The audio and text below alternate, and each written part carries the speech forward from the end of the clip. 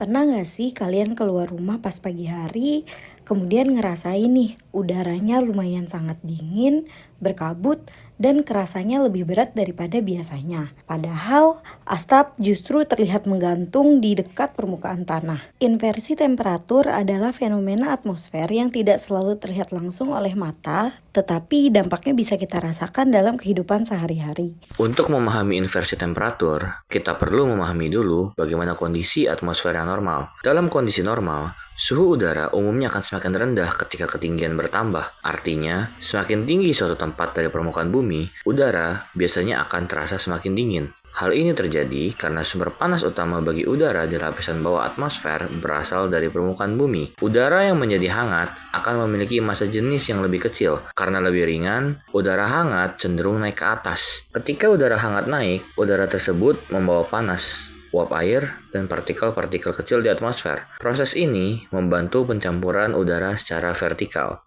Pencampuran secara vertikal sangat penting karena membuat udara tidak diam di satu lapisan saja. Dengan adanya pencampuran, polutan dari permukaan bumi dapat tersebar ke lapisan atmosfer yang lebih tinggi dan tidak menumpuk di dekat tanah. Jadi, dalam kondisi normal, atmosfer relatif lebih dinamis. Udara dapat naik, bercampur, dan membantu menjaga keseimbangan suhu serta kualitas udara. Namun, dalam keadaan tertentu, pola normal tersebut dapat berubah. Jika pada kondisi normal, suhu menurun seiring bertambahnya ketinggian, maka pada inversi temperatur yang terjadi justru sebaliknya. Inversi temperatur adalah kondisi di atmosfer ketika suhu udara meningkat seiring bertambahnya ketinggian. Kondisi ini disebut inversi karena susunan suhu atmosfer menjadi terbalik dari keadaan yang normal. Dalam kondisi ini, udara dingin yang berada di bawah sulit bergerak naik karena udara tersebut lebih rapat dan lebih berat. Di sisi lain, lapisan udara hangat yang berada di atas bertindak seperti penghalang. Lapisan ini membuat atmosfer menjadi stabil dan menghambat pencampuran udara secara vertikal. Salah satu penyebab paling umum terjadinya inversi temperatur adalah pendinginan permukaan bumi pada malam hari melalui proses radiasi. Namun, ketika malam tiba, permukaan bumi mulai kehilangan panas. Panas tersebut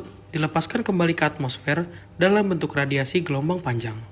Jika langit cerah, panas dari permukaan bumi dapat lepas dengan lebih mudah ke atmosfer.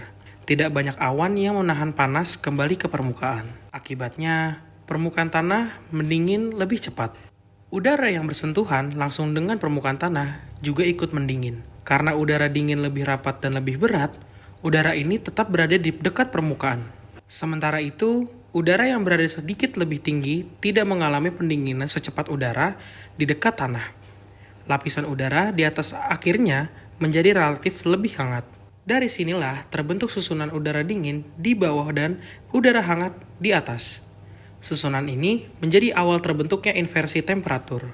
Selain pendinginan permukaan bumi, inversi temperatur juga dapat terjadi akibat adveksi dan subsiden. Adveksi adalah perpindahan massa udara secara horizontal. Inversi dapat terbentuk ketika udara hangat bergerak di atas permukaan yang lebih dingin, sehingga bagian bawah udara ikut mendingin, sementara lapisan atasnya tetap hangat. Selain itu, inversi juga terjadi karena subsiden, yaitu turunnya udara dari lapisan atas atmosfer.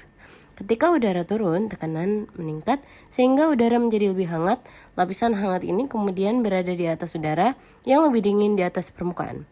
Baik adveksi maupun subsiden sama-sama menghasilkan susunan udara hangat di atas dan udara dingin di bawah, sehingga atmosfer menjadi stabil dan pencampuran udara terhambat. Pertama, permukaan bumi kehilangan panas, terutama pada malam hari. Kedua, udara yang bersentuhan dengan permukaan bumi ikut mendingin. Ketiga, udara dingin menjadi lebih rapat dan lebih berat, sehingga tetap berada di lapisan bawah. Keempat, udara yang lebih hangat berada di atas udara dingin. Susunan ini membentuk kondisi atmosfer yang stabil karena udara dingin di bawah tidak memiliki cukup energi untuk naik. Lapisan udara hangat di atas bertindak seperti penutup tak terlihat. Penutup ini menahan udara dingin, uap air, dan polutan agar tetap berada di dekat permukaan. Semakin kuat lapisan inversi, semakin sulit udara bawah untuk bercampur dengan udara di atasnya. Salah satu dampak penting dari inversi temperatur adalah menurunnya kualitas udara. Ketika pencampuran udara secara vertikal terhambat, polutan yang berasal dari aktivitas manusia tidak dapat menyebar dengan baik. Asap kendaraan, debu jalanan, emisi industri,